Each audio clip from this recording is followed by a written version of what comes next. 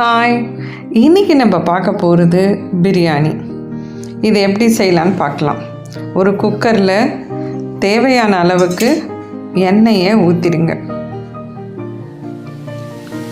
பிரிஞ்சி, பட்டை, சோம்பு, ஏலக்காய், நட்சத்திர சோம்பு, இப்படி மசாலா சாமான் எல்லாத்தையும் அதில் போட்டு நல்லா வறுத்துடுங்க.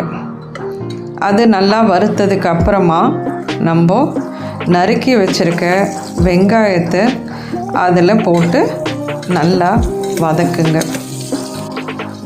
நல்லா வதங்கினதுக்கப்புறம் 1 டீஸ்பூன் இஞ்சி பூண்டு பேஸ்ட்டை போடுங்க. போட்டு நல்லா கலந்து விடுங்க.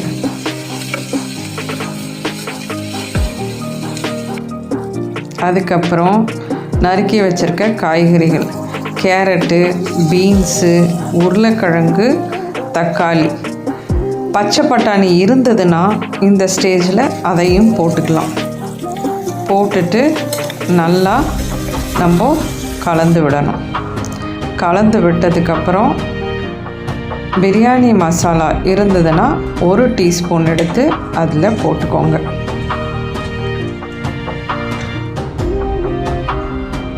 போட்டு நல்லா கலந்து விட்டதுக்கப்புறம் 1 ஸ்பூன் மஞ்சப்பொடி, மிளகாய் பொடி 1 ஸ்பூன் போட்டுட்டு நல்லா கலந்து விடுங்க.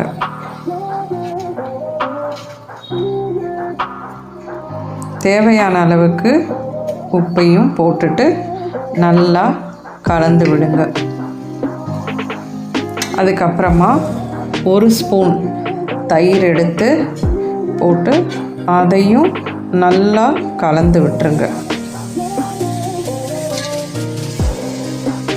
அப்புறமா 1/2 மணி நேரம் ஊற வச்ச பாசுமதி அரிசியை தண்ணியை வடிச்சிட்டு அதோடு சேர்த்து அதையும் கலந்து விட்டுருங்க.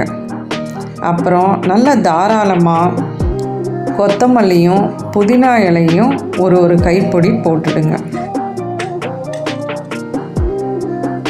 போட்டு அதையும் மெதுவாக கலந்து விடுங்க.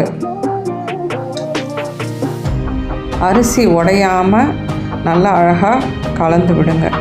அதுக்கப்புறம் பாசுமதி அரிசிக்கு 1 கப்பு அரிசினா 1.5 கப்பு தண்ணி ஊற்றலாம்.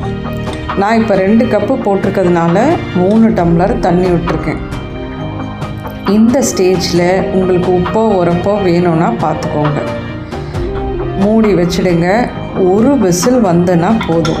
அப்புறம் ஒரு 5 மினிட்ஸ் சிம்மில் வச்சுட்டு எடுத்தீங்கன்னா உங்களுக்கு நல்லா உதிரியாக நமக்கு பிரியாணி கிடைக்கும்.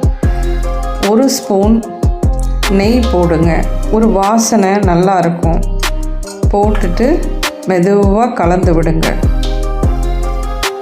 அரிசி உடையாமல், சாதம் உடையாமல் அழகாக கலந்து விட்டிங்கன்னா கமகமன்னு நமக்கு பிரியாணி ரெடி. அவ்வளவுதான். சிம்பிள்.